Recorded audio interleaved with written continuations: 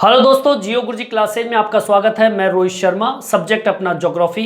देखिए, आज टॉपिक है अपने पास में नगरों का वर्गीकरण।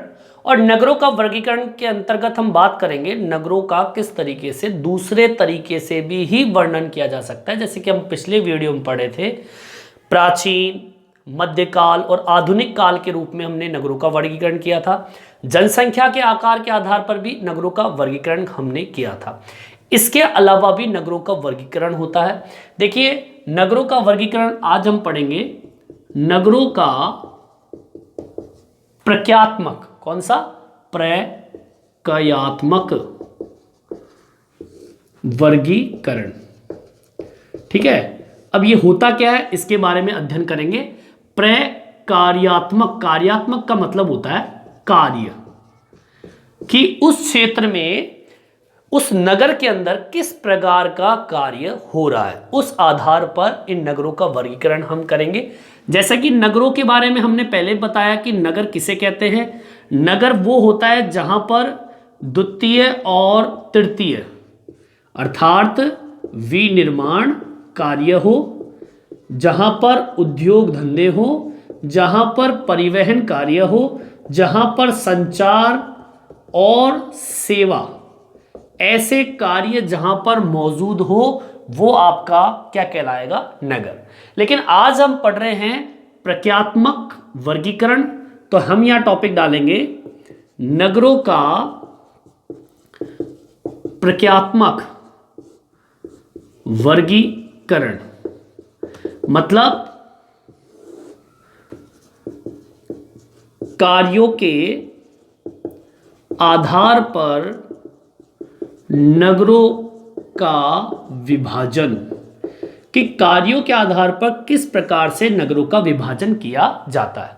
देखिए, नगरों को सेवा और उत्पादनों के आधार पर जब बांटा गया, ठीक है, नगरों को एक तो सेवा और एक होता है उत्पादन के आधार पर नगरों का वर्गीकरण जब करते हैं तो उन्हें क्या कहते हैं? प्रक्रियात्मक वर्गीकरण कहते हैं। ठीक है, मतलब प्रक्रियात्मक का मतलब होता है कार्य, और ये सेवा और उत्पादन संबंधित ये कार्य है। ये क्या है? कार्य। और इन्हीं कार्यों के आधार पर नगरों का वर्गीकरण हम देखेंगे। हम इसको एग्जाम में इस तरीके से भी डाल सकते हैं, या एग्जाम में क्वेश्चन इस तरीके से पूछा जा सकता है। देखो कितने तरीके से हो गया। कार्यों के आधार पर नगरों का वर्गीकरण, नगरों का प्रक्रियात्मक वर्गीकरण। ठीक है, दो तरीके से क्वेश्चन ये आ गया। एक तरीके से क्वेश्चन और आ सकता है, प्रमुख विशिष्टीकृत प्रक्रियात्मक आधारों पर नगरों का वर्गीकरण। दोबारा सुनिए, प्रमुख विशेषीकृत, ठीक है, प्रमुख हो या फिर विशेषीकृत प्रकार्यों के आधार पर नगरों का वर्गीकरण। अब देखिए, तीन तरीके से क्वेश्चन आ गया। पहला, दूसरा और तीसरा, ये तीन तरीके से क्वेश्चन आपसे पूछ सकता है। आएगा सब में प्रकार्यों।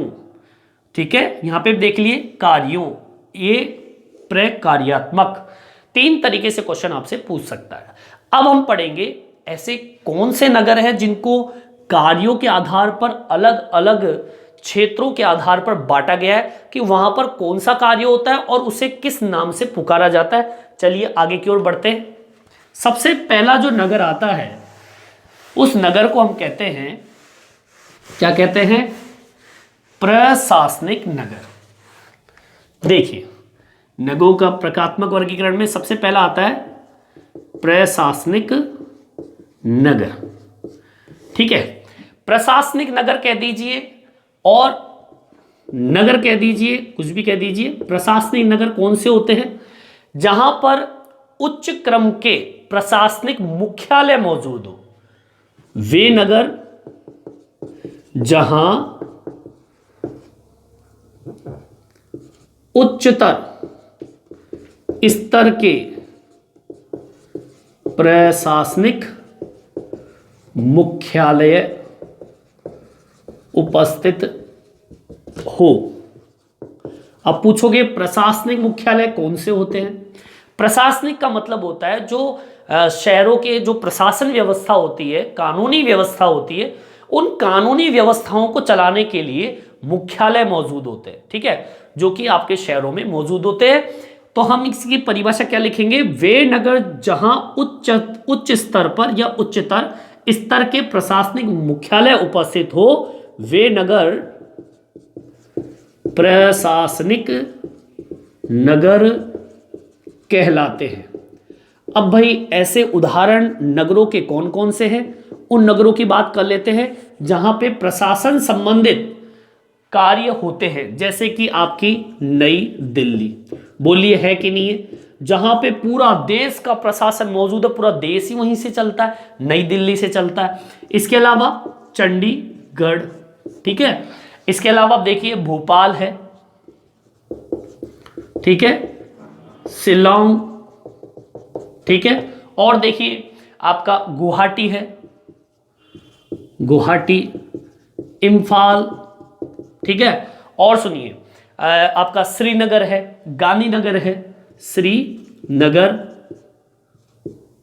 गांधी नगर, और सुनिए आपके पास राजस्थान जयपुर है, जहां पे प्रशासन संबंधित कार्य होते हैं, जैसे कि चेन्नई है। ये जितने भी आपके नगर हैं, ये सारे के सारे प्रशासन संबंधित, देश के बड़े बड़े जो प्रशासन संबंधित जो मुख्यालय है वो यहीं पर मौजूद है। पूरा देश का संचालन इन्हीं क्षेत्रों से चलता है। दूसरे नंबर पे आता है औद्योगिक नगर। अब देखिए औद्योगिक नगर कौन से होते हैं? वे नगर जहां उद्योग के विकास के रूप में, मतलब कह सकते हैं वे नगर जिनका विकास उद्योगों के विकास के कारण हुआ। मतलब ऐसे नगर जहां पर उद्योगों का विकास बहुत ज्यादा हुआ है, बहुत ज्यादा उद्योगों का विकास हुआ है, और उन उद्योगों के विकास की वजह से इन नगरों का विकास हुआ। ऐसे नगरों को हम औद्योगिक नगर कहते हैं। अब पूछोगे ऐसे नगर कौन से होते हैं जो उद्योगों की दृष्टि से बहुत इंपॉर्टेंट है? जैसे कि आपका मुंबई है, ठीक है, सेलम का नाम सुना होगा आप लोगों ने, कोयम्बटूर का नाम सुना होगा आप लोगों ने, ठीक है। इसके अलावा आपका मोदी नगर है, मोदी नगर, और जमशेदपुर नाम सुना होगा आप लोगों ने, जमशेदपुर, ठीक है। हुगली का नाम सुना होगा आप लोगों ने, और एक नाम और है इंपॉर्टेंट, भिलाई।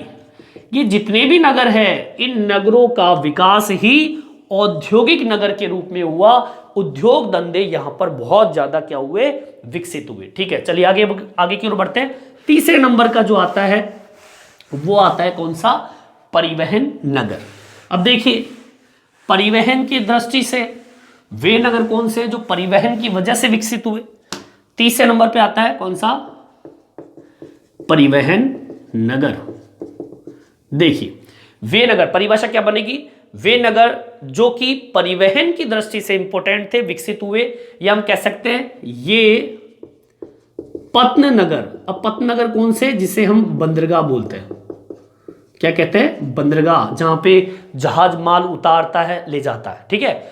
अब परिवहन मतलब वस्तु का, व्यक्ति का आदान प्रदान करने का काम परिवहन करता है। ये पत्न नगर होते हैं। कौन से नगर होते हैं? पत्न, बंदरगाह, ठीक है, जो वस्तुओं, माल व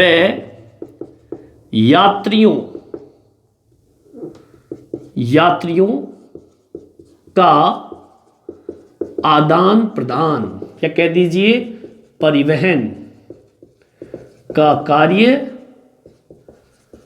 करते हो, वो इस वर्ग में आएगा, ठीक है। मतलब इनका विकास ही, या कह दीजिए इनका विकास परिवहन नगर के रूप में हुआ। मतलब यहां पे परिवहन को बड़े स्तर पर इनका एक तरीके से विकास हुआ है परिवहन की दृष्टि से। जैसे कि आपका कांडला बंदरगाह का नाम सुना होगा आप लोगों ने, कोचिंग का नाम सुना होगा आप लोगों ने, ठीक है, कोची, ठीक है, और इसके अलावा कोझिकोड का नाम सुना होगा आपने, बंदरगाह है ये भी, ठीक है। विशाखापट्टनम बंदरगाह का नाम सुना है, विशाखापट्टनम, ठीक है। और बताओ आपको मैं, ये तो आपके बड़े स्तर पर दूर के क्षेत्रों को जोड़ने का काम करता है। एक आपका आंतरिक परिवहन भी होता है जो देश के अंदर स्थानों को जोड़ने का काम करता है, जो वस्तु और माल को लाने ले जाने के अंतर्गत उपयोगी है, जैसे कि धूलिया, ठीक है, भारत के अंदर। और मैं बताऊं आपको, मुगल सराय का नाम सुना होगा आप लोगों ने, मुगल सराय, कटनी का नाम सुना होगा, इटारसी, ठीक है, इटारसी का भी नाम सुना होगा आप लोगों ने। ये सारे के सारे परिवहन की दृष्टि से यहां पर परिवहन बहुत ज्यादा होता है, माल का आदान प्रदान इन्हीं क्षेत्रों से होता है। देश के किसी भी कोने में ये परिवहन के अंदर बहुत विकसित नगर माने गए हैं। ये देशों से जोड़ने वाले बंदरगाह है जो कि माल को लाने ले जाने में, मतलब परिवहन की दृष्टि से इन नगरों का विकास हो गया, कहने का मतलब ये। चौथे नंबर पे जो आता है वो है आपका वाणिज्य नगर, वाणिज्य नगर। अब वाणिज्य नगर कौन सा? व्यापार की दृष्टि से, ठीक है, व्यापार व वाणिज्य, ठीक है, एक व्यापार वाणिज्य जो आप जानते हैं। अब व्यापार व वाणिज्य में विशिष्टता प्राप्त शहरों या फिर कह दीजिए नगरों को इस श्रेणी में या इस वर्ग में रखा गया है, जहां पे व्यापार और वाणिज्य का काम होता है। जैसे उदाहरण के तौर पर कौन कौन से नगर, जैसे कि कोलकाता, ये इस श्रेणी में आता है, सहारनपुर, ठीक है। और इसके अलावा एक और है सतना, ये आपके बहुत ही प्रसिद्ध वाणिज्य नगर की श्रेणी के अंतर्गत इनको रखा गया। चलिए आगे की ओर बढ़ते हैं, खनन नगर देखते हैं। अगला बिंदु आता है अपना कौन सा? 5वें नंबर का है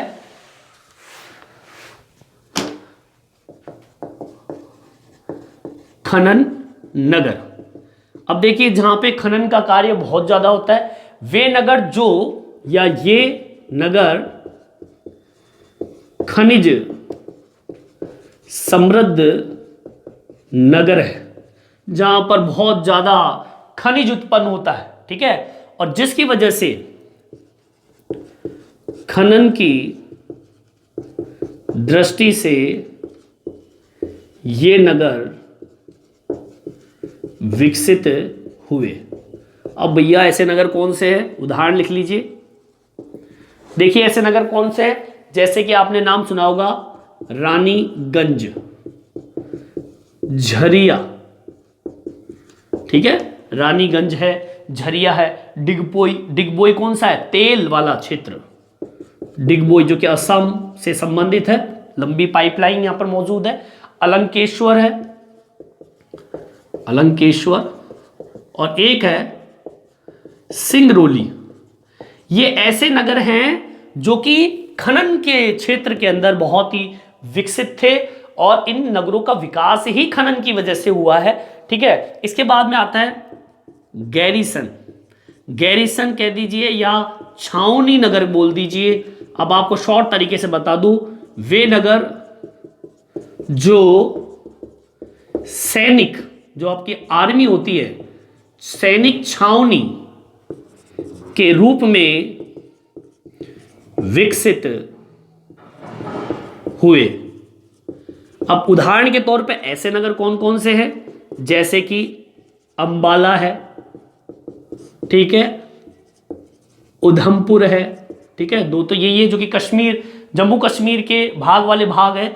इसके अलावा जलंधर है, महू, ठीक है, महू भी है, और इसके अलावा बबीना है, बबीना, ठीक है। ये कुछ ऐसे नगर हैं जो कि छावनी, मतलब सैनिक छावनी के रूप में विकसित हुए। बड़ी बड़ी छावनियां सैनिकों की यहां पर मौजूद है। 7वें नंबर पे आता है, ये है सांस्कृतिक, ठीक है, सांस्कृतिक कह दीजिए या फिर धार्मिक रूप से कह दीजिए। ऐसे नगर, कौन से नगर? वे नगर जो धार्मिक व सांस्कृतिक, ठीक है, धार्मिक व सांस्कृतिक महत्व के कारण विकसित हुए। ठीक है, अब ऐसे नगर कौन से हैं सोचिए। जैसे कि आपका वाराणसी है, बहुत ही प्रसिद्ध और पुराना नगर माना जाता है। इसके अलावा मथुरा कह दीजिए, ठीक है, मथुरा है, अमृतसर है, ठीक है, अमृतसर, ठीक है, और मैं बताऊं आपको पुरी, द्वारिका, ठीक है। और सोचिए और कौन सा हो सकता है, जैसे कि प्रसिद्ध, जैसे कि अजमेर है, और सोचिए पुष्कर है, ठीक है, और सोचिए आप लोग कुरुक्षेत्र है, हरिद्वार है, उज्जैन है। ये जितने भी नगर है ये हमारी संस्कृति को धार्मिक रूप से ही तो प्रसिद्ध हुए। यहाँ पर धर्म बहुत मानने वाले लोग होते हैं, हिंदू धर्म से संबंधित, इसलिए नगरों का विकास अपने आप हो गया। तिरुपति बालाजी जहाँ पर है, ये बहुत प्रसिद्ध क्षेत्र है, ठीक है। चलिए आगे की ओर बढ़ते हैं अपन। 8वें नंबर पे आता है शैक्षणिक नगर। सोचिए जहां पर शिक्षा का विकास हुआ हो, या कह दीजिए शिक्षा का केंद्र बिंदु माना जाता है। 8वें नंबर पे आता है शैक्षणिक नगर। वे नगर जो शिक्षा के क्षेत्र या कह दीजिए मुख्यालय के रूप में विकसित हुए, ठीक है। अब उदाहरण के तौर पर ऐसे नगर कौन से होंगे, जैसे कि उदाहरण के तौर पर कौन कौन से, जैसे कि आपका रुड़की है, रुड़की है, वाराणसी है, और इसके अलावा एक नगर मैं बता दूं आपको, वो है ना, वो क्या नाम उसका, पिलानी, ठीक है, पिलानी है।